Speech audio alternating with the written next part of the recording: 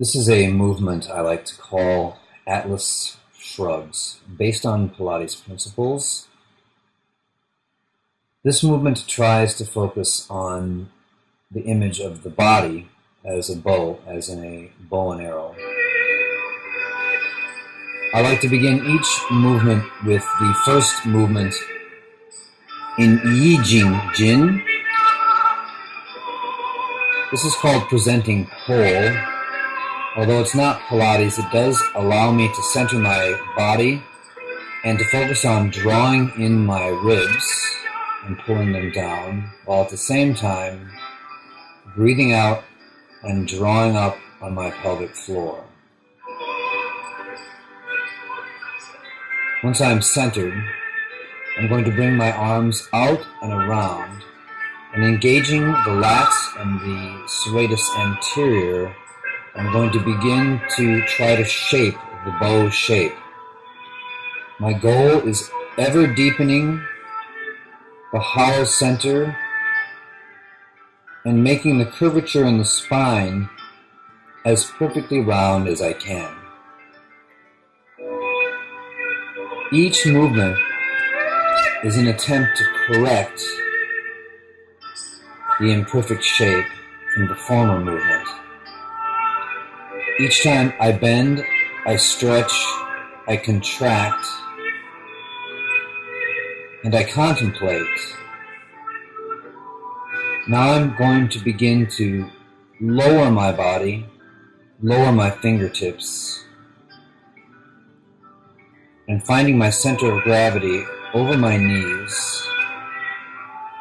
I will bow just from the thoracic spine, starting at the 9th rib, until at long last the tips of my fingers will touch the tabletop and I will come to rest.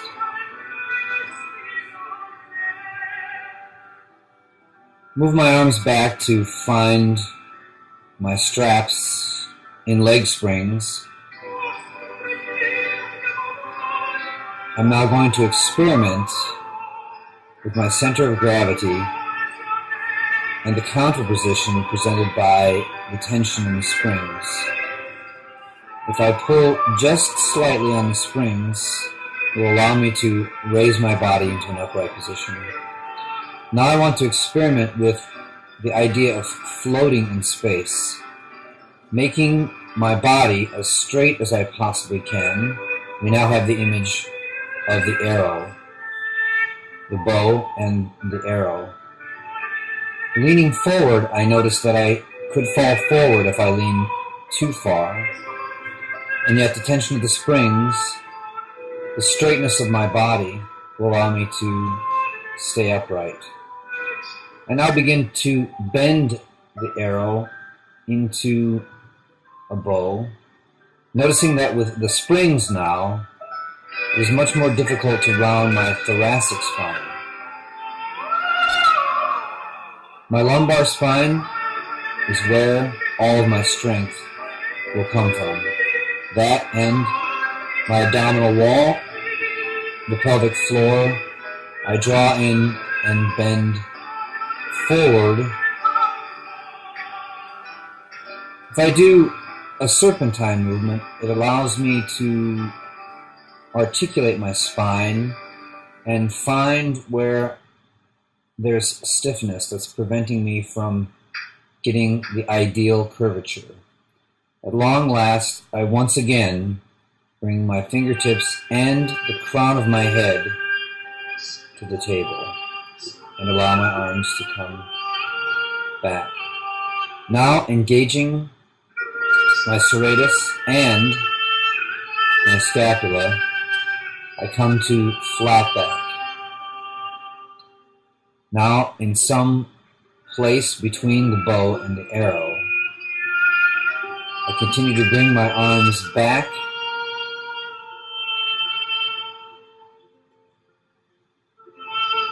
and forward.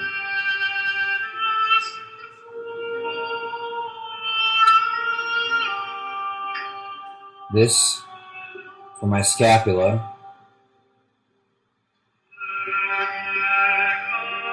I continue to deepen my powerhouse, bringing my fingertips closer and closer until finally they touch. And at last, the crown of my head rests on the table, and my arms back to engage my scapula. I now come to rest. Let go of the springs. And now focus on the center of gravity at the 9th rib. Notice the bend directly at the 9th rib as I pull myself up using my thoracic cavity more than I'm using my pelvic floor. The pelvic floor pulling down, the thoracic cavity pulling up.